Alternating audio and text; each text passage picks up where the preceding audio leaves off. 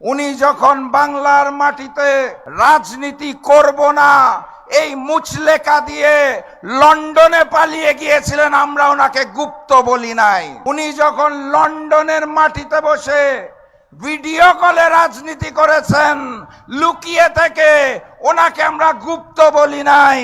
উনি যখন দেশনেত্রী বেগম খালেদা জিয়াকে বালু ট্রাক দিয়ে আটকে রাখা হয়েছিল, তাও দেশে না এসে বিদেশ থেকে আহ্বান জানিয়েছিলেন, ওনাকে আমরা গুপ্ত বলি নাই।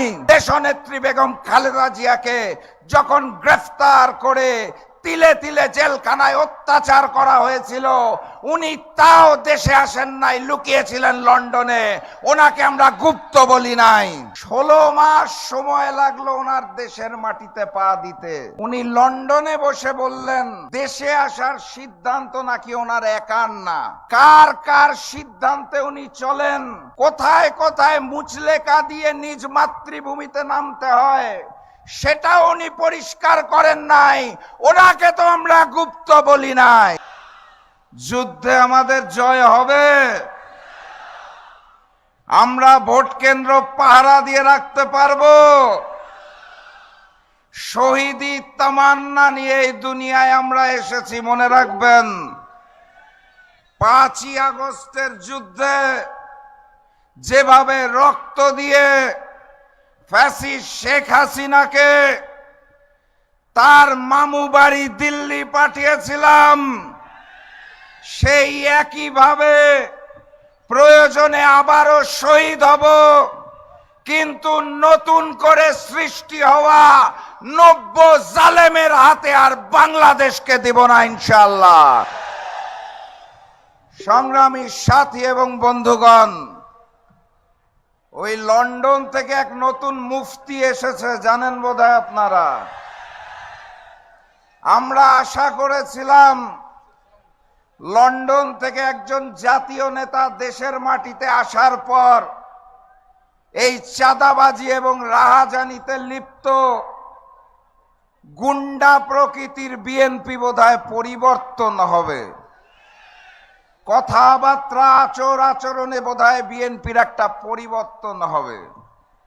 আমরা দুঃখের সাথে লক্ষ্য করলাম লন্ডন থেকে নেতা দেশে নামার পর বিএনপি পরিবর্তন হয় নাই, লন্ডনের নেতা নিজেই নতুন বিএনপি হয়ে গেছেন।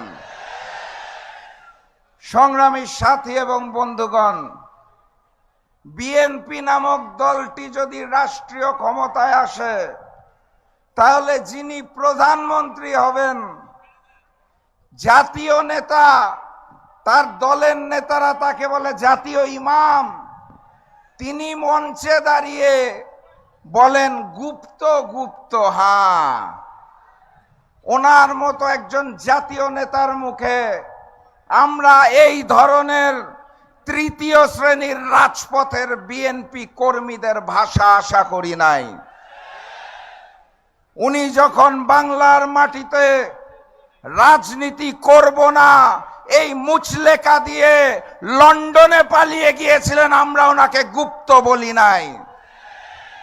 উনি যখন লন্ডনের মাটিতে বসে ভিডিও কলে রাজনীতি করেছেন লুকিয়ে থেকে, ওনাকে আমরা গুপ্ত বলি নাই।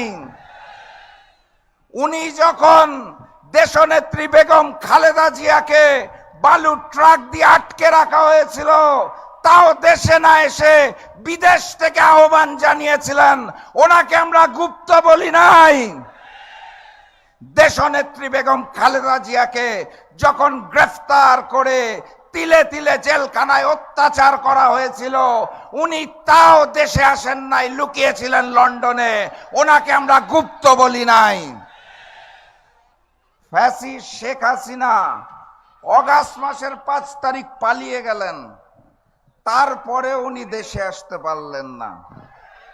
16 মাস সময় লাগলো ওনার দেশের মাটিতে পা দিতে। উনি লন্ডনে বসে বললেন দেশে আসার সিদ্ধান্ত নাকি ওনার একার না, কার কার সিদ্ধান্তে উনি চলেন, কোথায় কোথায় মুচলেকা দিয়ে নিজ মাতৃভূমিতে নামতে হয় সেটাও উনি পরিষ্কার করেন নাই। ওনাকে তো আমরা গুপ্ত বলি নাই। ডিসেম্বর মাসের 25 তারিখ বাংলাদেশের মাটিতে নেমেছেন শুধুমাত্র নির্বাচনে অংশগ্রহণ করার জন্য, দেশপ্রেমের জন্য নয়। ক্ষমতার মসনদকে ভালোবাসেন, যিনি দেশকে ভালোবাসেন না তিনি প্রমাণ করেছেন শেখ হাসিনা পালিয়ে যাওয়ার পর এই নিরাপদ বাংলাদেশে আসতো না, 16 মাসের বেশি সময় লাগে। তাও ওনাকে আমরা গুপ্ত বলি নাই। ডিসেম্বর মাসের 25 তারিখ দেশে নেমে উনি বলেছেন আই হ্যাভ আ প্ল্যান। সেই প্ল্যান কি সেটাও খুলে বলতে পারছেন না, গোপন প্ল্যান। তাও আমরা তাকে গুপ্ত বলি নাই। উনি মঞ্চের মধ্যে দাঁড়িয়ে জামাত এবং শিবিরকে উদ্দেশ্য করে বলেন গুপ্ত। আমাদের উচিত ছিল ওনাকে গুপ্ত বলা, কিন্তু রাজনৈতিক শিষ্টাচারে আমরা একটা জাতীয় মঞ্চ থেকে গুপ্ত বলতে পারি না। এটা জনাব তারেক রহমানকে শিখতে হবে।